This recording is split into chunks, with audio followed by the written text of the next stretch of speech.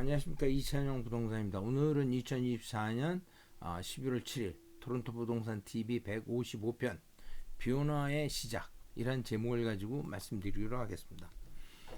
지난달 그 토론토 부동산 시장을 정리해 보면 새로운 매물은 4.3% 전년 대비 4.3% 정도 늘어났지만 실제적으로 거래량 자체가 44.4% 증가하면서 거래량이 급격히 증가하면서 지금 굉장히 활발해지는 그런 모양을 보이고 있어요.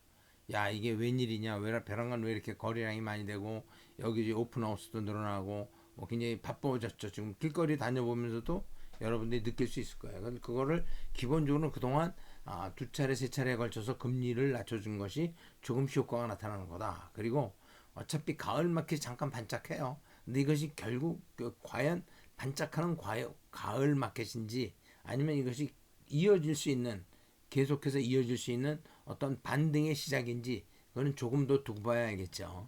그러나 하여튼 금리가 낮아지고 가격 자체가 저렴하다.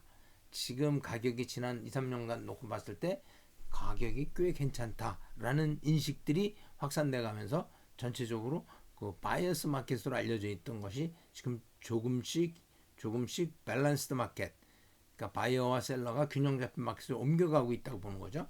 근데 이제 거래량이 이렇게 늘어난 거에 비해서 작년 대비 44% 증가하면서 뉴리스팅 증가. 근데 평균 거래 가격 자체는 1.1% 상승한 것으로 돼 있어요. 심지어 홈 프라이스 인덱스에서 봤을 때는 전년 대비 3.3% 내려간 걸로 돼 있다는 거죠. 아니, 거래량이 이렇게 늘었는데 어떻게 가격이 내려갈 수 있냐? 이렇게 얘기하실 수 있지만 지금 거래량이 늘은 것이 주로 그 저가 매물, 낮게 저가로 나와 있는 매물들을 중심으로 먼저 팔리겠죠. 그죠? 그리고 뭐 제가격 받겠다고 나온 물건들은 아직 안 팔리는 게 정상이죠. 그죠? 싼 물건들이 많으니까 일단은 싼 물건들, 금매 물건이 정리되고 나야 가격이 제대로 형성되는 뭐 시장의 원리잖아요. 그죠? 실제적으로 거래량이 대폭 증가했지만 가격 자체는 뭐 1.1% 작년 대비 또 홈프라이스 인덱스로 보면 마이너스 3.3%다. 이제 그렇게 얘기를 하고 있죠. 그렇게 나타나고 있어요.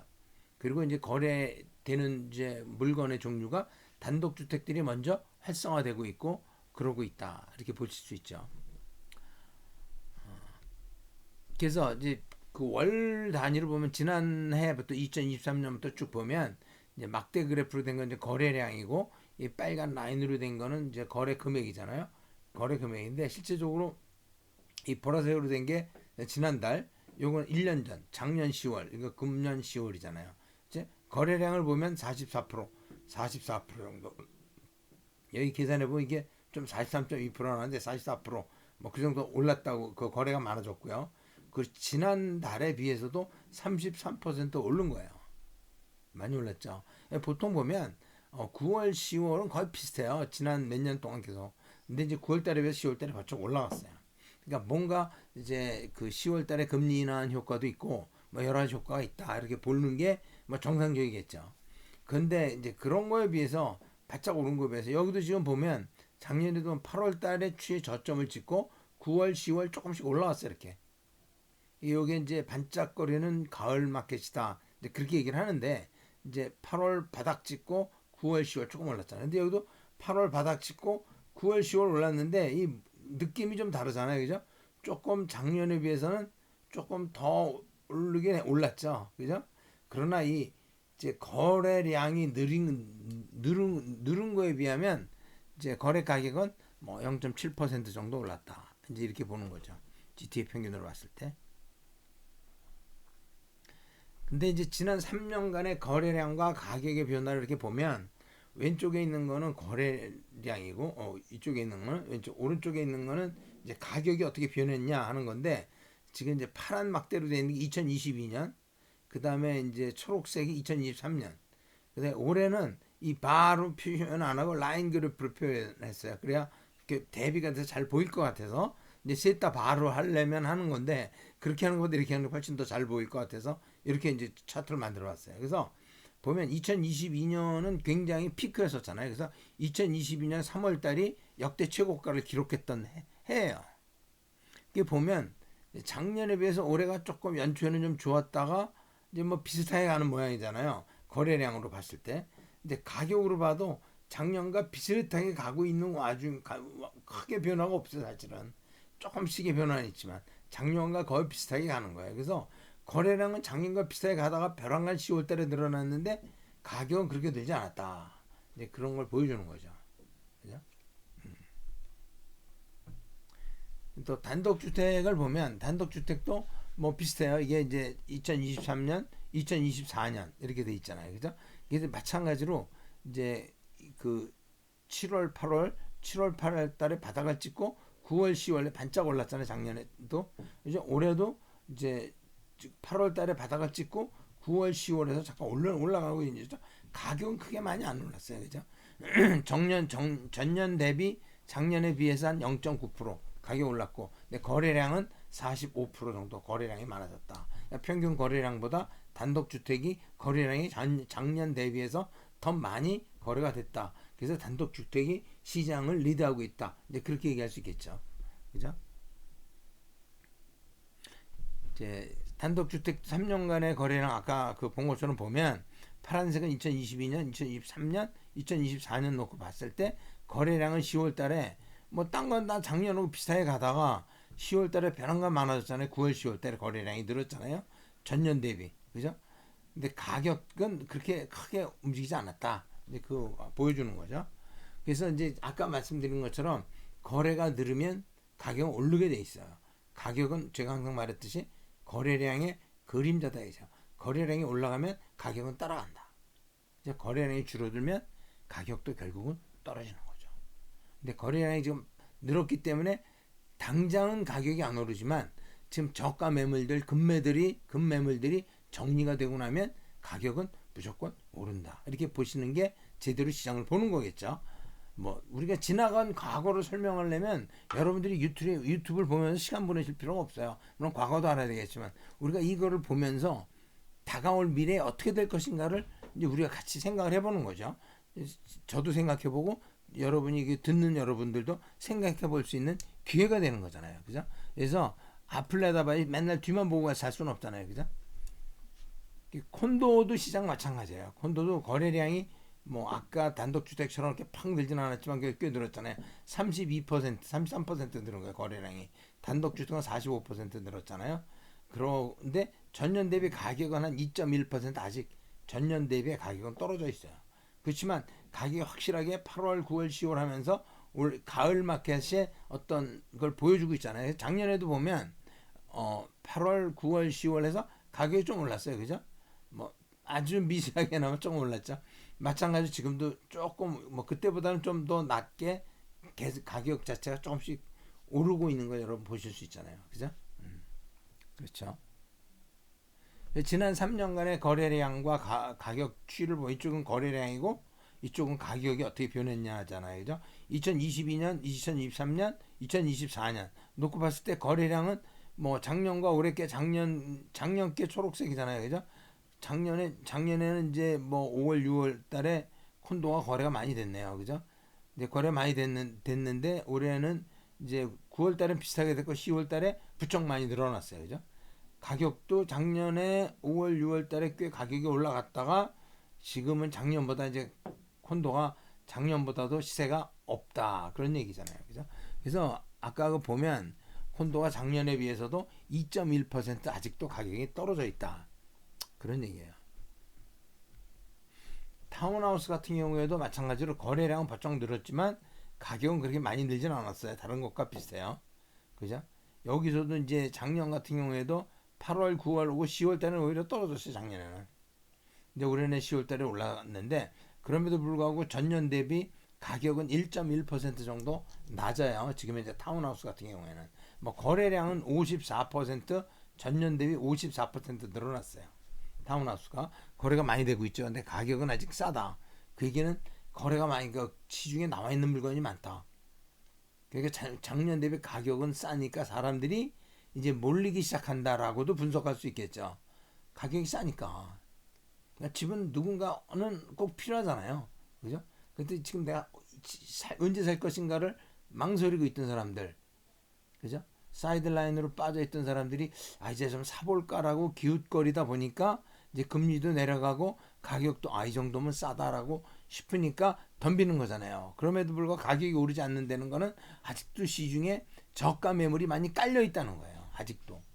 그러니까 가격이 안 오르는 거죠. 그죠? 아직도 저가 매물이 깔려 있다. 그런 얘기예요. 세미도 뭐 비슷한 모양이에요. 거래량은 43% 늘어났고 그런데 가격은 한 0.5% 올라가고 있다. 가격이 조금이라도 오른다는 거는 저가 매물들이 거의 이제 소진에 가까이 줄어들고 있다. 소진까지 아니면 뭐 줄어들고 있다 이렇게 봐야 되겠죠. 예. 그래서 근데 이제 우리가 어제 그저께 저녁에 저도 한 뭐 1시 2시까지 이제 TV 보고 뭐 미국 대통령 선거를 이제 관심 있게 봤는데 뭐 많은 사람들이 뭐 트럼프를 뭐 특히 한국 사람들은 트럼프를 뭐 미치광이 취급을 많이 하는데 뭐 결국 트럼프가 이겼죠. 모든 사람의 예상은 아니고 우파 신문들은 뭐 폭스나 뭐 다른 뭐 그런 데는 트럼프가 이길 걸 예상했지만 보통 좌파 신문들 뉴욕타임스나 워싱턴 포스트라든가 CNN이라든가 이런 애들은 전부 다 뭐 박빙이다 뭐 극심한 박빙이다 어쩌고 그러는데 뭐 스윙 스테이트의 금이 이거 보시는데 스윙 스테이트를 다 휩쓸었잖아요. 그죠? 다 휩쓸었어요. 그래서 뭐 지금 이제 트럼프가 완전히 랜드슬라이드처럼 이제 해서 이제 대통령에 당선이 됐죠. 많은 이제 그 신문에서 얘기하는 게 유권자들은 이제 미국 중앙은행이 얘기하고 있는 경제가 성장하고 있다는 얘기라든가 경제가 이제 곧 좋아진다, 연착륙한다, 뭐 그런 얘기를 믿지 않고 당장 내가 내야 되는 그 그로서리 가격이 엄청나게 비싸고 뭐 고깃값 같은 경우도 2배 이상 올랐잖아요, 그죠? 그래서 많은 사람이 생각하기에 아메리칸 드림, 자신들의 미래의 희망이 좌절됐다라고 느끼기 때문에 그래서 이제 트럼프에다가 이제 투표했다 이렇게 이제 보고 있어요. 이게 월스트리트 저널에서 얘기하는 거예요. 월스트리트 저널도 얘네들도 좌파 신문이죠, 그죠? 트럼프가 어떻게 economy is everything 경제가 전부다라고 얘기하는 많은 사람들 최고의 관심사가 경제예요, 지금, 그죠? 그러니까 빌 클린턴이 대통령 선거할 때 그런 얘기했죠. Stupid, it's economy. 경제가 제일 중요한가 이 바보들아. 그러고서 당선이 됐잖아요. 똑같은 얘기예요. 트럼프가 한 공약들이 있는 게 뭐냐면 기본적으로 그 저임금 근로자, 일용직 근로자들의 직업 그 잡을 빼앗고 그 다음에 쓸데없는 국가 예산을 낭비하고 있는 불법 체류자, 불법 입국자, 뭐라죠? 불법 입국자들 그 남쪽에서 들어온 불법 입국자들을 전부 다 추방하겠다는 거야. 걔네들 뉴욕에서 호텔에서 재우고 밥 주고 뭐 다 돈 다 주고 그러잖아요. 매겨 갈리잖아요. 뉴욕 주 같은데. 그죠? 허리케인 피해자들한테 뭐 750불씩 주고. 그죠? 그 불법 국경 넘어온 애들은 막 호텔에서 재우고 쓸데없는 말이 안 되는 얘기죠. 근데 다 추방 우리 쓸데없는 돈 쓰지 않겠다는 거죠. 그 경제를 살리고 모든 규제 이런 거 철폐하고 그다음에 세금 내리고 그죠? 그다음에 외국에서 들어온 물건들 관세 무조건 10% 관세 무조건 내리고 중국은 60% 관세 내리고 관세 매기고 그렇게 하겠다는 거잖아요.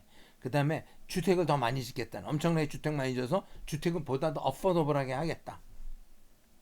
지금 그 캐나다도 이 보수당에서 그 지금 얘기하는 게 그러잖아요. 집을 더 짓겠다. 텍스 내리고 집을 더 짓겠다. 그러니까 내년에 이제 캐나다 선거인데 뭐 요즘 트리도가 위태위태하죠. 그죠?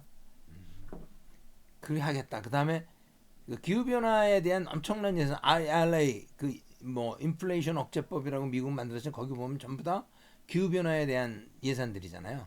그죠? 그런 것들 다 날려버리겠다는 거. 쓸데없는 돈 안 쓰겠다는 거죠. 기후 변화 왜 그걸 우리가 책임져야 돼? 그죠? 우크라이나 전쟁도 종식시키겠다. 뭐 그런 여러 가지 얘기들을 이제 트럼프가 하고 있는 것이 굉장히 많은 사람들에게 공감을 얻은 거죠. 왜 우리가 허리케인 피해자들한테는 뭐 엄격하게 심사해서 겨우 750불 주면서 우리가 왜 수십억 불, 수백억 불을 우크라이나에다 갖다 때려박냐는 거죠. 쓸데없는 그 돈을 우리가 왜 우크라이나를 도와줘야 되는데 가장 근본적인 질문이죠. 그런 얘기를 하고 있어요. 그러니까 트럼프가 뭐 너는 너무나 지들 나라만 생각한다 그러는데 우리가 잘 생각해보면 트럼프는 미국 대통령이에요. 미국 대통령이 할 일은 미국과 미국 사람을 위한 일이에요. 트럼프가 한국이나 캐나다를 위해서 일할 거라고 손꼽만큼도 눈꼽만큼도 기대하시면 안 돼요. 트럼프는 미국 사람이고 미국 대통령이에요. 우리는 우리 대통령, 우리 총리가 우리의 이익을 위해서 일을 해줘야 되는 거예요. 뭐 트럼프 보고 야 너 그럴 수 있냐? 왜 방위비 더 걷어가느냐? 우리가 낼 돈은 내죠. 뭐 그거 가지고 괜히 시비 걸 이유가 없는 그 사람은 미국인이고 미국을 위해서 일하는 미국 대통령이라는 걸 잊으면 안 돼요. 이거는 혹시 미국에 혹시 뭐 이주하실 생각이 있으신 분들을 위해서 제가 한번 찾아봤어요. 미국에 50개 주가 있잖아요. 50개 주가 지금 공화당주, 민주당주로 극명하게 갈려져 있어요. 그 중에서 그 텍스 파운데이션이라는 그 오래된 그 비영리 저 기구가 있어요. 거기서 텍스에 대한 것이 얼마나 많은 텍스를 정부가 개인이나 코퍼레이트 그 회사한테 차지하느냐에 대한 거를 가지고 뭐 한국도 있고 캐나다도 있고 미국도 있고 그런데 미국의 50개 주를 조사를 해서 텍스가 가장 적게 내는 잘 돼 있는 10개의 주, 가장 나쁜 주 10개의 주를 뽑았어요. 제일 텍스가 정말 적은 주가 와이오밍이에요. 사우스다코타, 알래스카, 플로리다, 몬타나 쭉 있어요. 이 10개의 주가 텍스가 제일 적은 주예요. 이 주가 이번에 대통령 선거에서 빨간 것 전부 다 트럼프를 뽑았어요. 뉴햄프셔만 빼고. 그죠? 제일 나쁜 주 10개. 매사추세츠, 보스턴 있는 데잖아요. 하와이, 버먼트, 미네소타, 워싱턴. 여기 이 10개의 월스트 주는 전부 다 카말라 해리스를 뽑은 주예요. 어떤 민주당 주예요, 전부 다. 그러니까 우리가 뭐 꼭 세금 적게 내는 게 좋죠, 그죠? 우리가 왜 세금을 더 내고 뭐 특별히 무슨 얼마나 더 큰 혜택이 있겠어요, 그죠? 그래서 지금 2시가 지금 제 방송은 중간 2시 5분인데 지금 2시에 미국이 페더럴 리저브 인트레스트를 결정한다 그랬어요. 결정한다 그랬는데 제가 지금 방송하느라고 방송을 놓쳤는데 아마 이제 많은 사람들이 이상하게 0.25%를 레이트 컷을 할 거다라고 많은 사람이 예상하고 있고 일부는 이제 내년도에도 더 금리를 인하해야 되는데 좀 이렇게 급격하게 금리 인하를 못할 것 같다라고 얘기하는 사람도 있고 또 트럼프가 텍스도 낮추고 뭐 관세도 뭐 올리고 뭐 이렇게 해서 인플레이션이 되기 때문에 인플레이션이 다시 되살아나면 금리 내리는 것도 중단해야 될지도 모르겠다 이렇게 생각하는 사람도 있고 아니면 트럼프 시대에서 금리를 급격히 많이 내릴 거다라고 얘기하는 사람도 있어요. 물론 이제 관세를 올리고 그러다 보면 뭐 일시적으로 인플레이션이 올 수 있죠. 그냥 수입 물가에 관세까지 붙어서 오니까 소비자가 내야 되잖아요. 근데 이제 시장이라는 게 굉장히 묘한 게 그런 일이 생기면 어떤 형식으로 간에 그 부분을 업서브하게 돼 있어요. 그러니까 셀러가 업서브하든지 중간에서 업서브하든지 그게 자유 경쟁이에요. 그걸 업서브하지 않으면 생존할 수 없기 때문에 어떻게든 업서브가 돼요. 그리고 미국이 지금 트럼프가 오면서 달러 인덱스 트럼프가 당선되면서 달러 인덱스가 깡통 뛰었어요. 달러도 올라가고 강달러가 된다는 건 거꾸로 캐네디안 달러는 약달러가 되는 거예요. 우리가 10% 캐나다에도 관세를 물릴 수 있겠지만 그것이 시간이 지나면 어떤 식으로 소멸이 되고 어떤 업서브가 되고 그 다 충격이 다 흡수가 되고 그리고 미국의 소비자 물가도 나름대로 어떻게 안정될 거라고 봐요. 그래서 금리 인하는 지속적으로 될 거다 이런 얘기를 하고 있어요. 글로벌 메일에서 트럼프가 2기 트럼프가 맞는데 캐나다에 어떤 영향이 미칠 건가에 대한 얘기를 했어요. 이제 same Trump, different Canada, different world라고 돼 있죠. 제임 캐나다에서 가장 큰 리스크는 바로 저스틴 트리도예요. 저스틴 트리도가 2018년도인가요? G7 가가지고 트럼프 없는 데서 뒷담화 치다가 뭐 인설팅이다 어쩌고 뒷담화 치고 어쩌고 그러다가 트럼프가 이제 트리도한테 two-faced, weak, and far left lunatic. two faces, 이중적 얼굴을 가지고 있다. 뭐 우리말로 간단하게 교활하다는 얘기죠. 교활하고 나약하고 그리고 극좌파 바보 같은 놈이다. 그런 얘기를 했어요. 트리도한테. 그런데 재밌는 건 뭐냐면 트럼프가 그 얘기를 이제 그 트루도가 트럼프에 대한 욕을 하고 그러고 나서 두 사람이 정상회담을 했을 때 트럼프는 트루도 보고 굉장히 이게 뭐 나약하고 굉장히 온순했다 내 앞에서 그런 얘기를 했어요. 그러니까 뭐 말로는 뭐 루나틱 좀 말로는 그 굉장히 강력하게 G7 그 기자회견을 해놓고서 실제로 만나가지고는 자기 얘기를 못한 거죠. Anyway 그런 상황에서 서로 간에 트루도와 지금 그 트럼프 간의 사이가 개인적 사이가 별로 안 좋은 거가 캐나다에는 큰 나름대로 리스크라고 저는 생각해요. 그래서 원래 나프타에서 USMCA에서 이제 그 2018년도에 트럼프가 나프타를 이제 조정을 해가지고 자기네들이 더 유리하게 만들었잖아요. 그 다음에 IRA는 인플레이션 리덕션 액트 해가지고 인플레이션을 막기 위해서 무슨 뭐 전기차 보조금 늘리고 뭐하고 그래서 뭐 배터리 공장 짓고 뭐 그러면 뭐 노스아메리카에서 생산하면 뭐 리베이트 주겠다 뭐 어쩌고 바이든이 만들어 놓은 거 그것 때문에 지금 한국에서도 그렇고 다른 나라에서도 뭐 멕시코, 카나다, 미국 여기저기다 공장을 많이 지었잖아요. 근데 지금 트럼프는 IRA 날려버리겠다는 거예요. 인플레이션 리덕션 액트 그 내용을 보면 인플레이션에 관계없고 대부분 환경 관련 예산들이에요. 그냥 날려버리게. 그 날려버리면 캐나다에 배터리 공장 투자했던 LG라든가 뭐 자동차 공장 뭐 짓겠다는 여러 가지 회사들이 이런 사람 얘네들이 어떻게 될 것이냐. 이 공장에서 만들어가지고 미국에다 수출하려면 또 10%뭐 관세 내야 되는 거냐. 뭐 그런 여러 가지 문제가 사실 굉장히 많이 얽혀 있어요. 그것이 캐나다 경제에 직접적으로 연관이 돼 있는 거죠. 그래서 우리가 그 미국에다 수출하는 거는 캐나다 전체 수출의 한 77%라 그래요. 그래서 뭐 420 빌리언, 그러니까 4,200억 불 정도 되고 1년에 우리가 수입하는 건 이제 4,800억 불 정도 되는 거죠. 그죠? 임포트하는 건데. 이게 유니버설 10% 테리프가 임포트에 있는 게 아니라 익스포트에 있는 거죠. 이게 밑에다 써놨는데 이게 위로 올라가야 되겠죠? 그 익스포트에 우리 수출하는 거에 10% 관세를 붙인다. 뭐 다 붙이지는 않을 거예요. 특히 뭐 원유나 뭐 가스나 이런 거는 뭐 세금 안 붙겠죠. 근데 일반적인 아이템에 대해서는 10% 붙이겠다. 그런 얘기예요. 이것이 이제 어떻게 캐나다 경제에 영향을 끼칠 거냐. 뭐 어차피 트럼프는 미국을 위해서 일하는 거고 캐나다 정부는 캐나다를 위해서 일하는 거예요. 양쪽 정부가 최선을 다해서 자신들의 이익을 위해서 최고의 협상을 해서 최고의 결과를 가져오는 것이 정치인들이 해야 될 일이에요. 제가 보기엔 크게 저는 뭐 우려하진 않아요. 어차피 그 사람들도 뭐 바보 아니잖아요, 그죠? 열심히 일할 거라고 보니까 뭐 잘 될 거라고 저는 생각을 해요. 그리고 뭐 미국도 캐나다가 가장 큰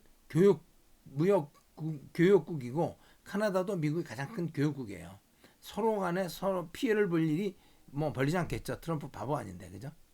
그래서 지금 이제 그 지난달 상황을 놓고 지금 부동산 시장을 정리를 해보면 이제 반등은 시작했다라고 보는 게 맞아요. 물론 12월 달, 1월 달에 약간 뭐 시장이 좀 이렇게 뭐 이렇게 그 주저앉을 수 있어요. 좀 내려갈 수 있어요. 그렇지만 그거는 계절적인 요인이고 어차피 항상 매년 그래왔던 거고 어차피 반등은 시작됐다. 내년 봄에 꼭 반등하는 게 아니라 지금은 이미 반등은 시작돼요. 내년 봄에 몇 달 안 남았잖아요. 그죠? 그래서 지금 만약에 싼 값에 뭔가 사고자 하는 사람들은 지금이 아마 막차다. 제가 계속 얘기하죠. 지금 정말 막차다. 뭐 꼭 팔려고 오랫동안 기다려왔던 사람들은 지금이 이제 첫 차를 타고 이제 떠나는 거죠. 그죠? 어떤 사람은 막차로 도착하는 거고 어떤 사람은 첫 차를 타고 떠나는 그런 기회가 된다. 그래서 거래량은 조금씩 늘어나면서 시장 자체가 활성화되고 시장이 한 뭐 좀 더 활성화되면 가격도 조금씩 오르지 않겠느냐라고 예상을 해요. 그래서 지금 가을, 겨울, 봄 마켓의 형태가 예년과는 조금 다르게 되지 않겠느냐 이제 그렇게 생각을 하고 있고요.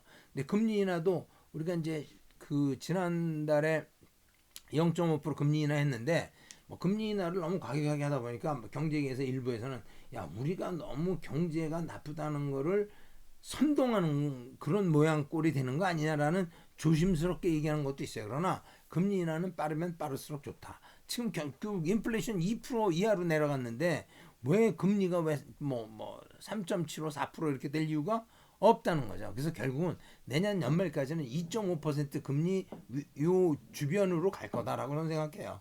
뭐 더 내려갈 수도 있고 2.5, 2.75 만약 2.25 고선상에서 왔다 갔다 한다고 본다면 지금 12월 달, 1월 달, 3월 달 이어서 꾸준히 금리를 조금씩 내리는 게 저는 답이라고 생각해요. 뭐 물론 뭐 BOC에서 알아서 하겠죠. 그죠?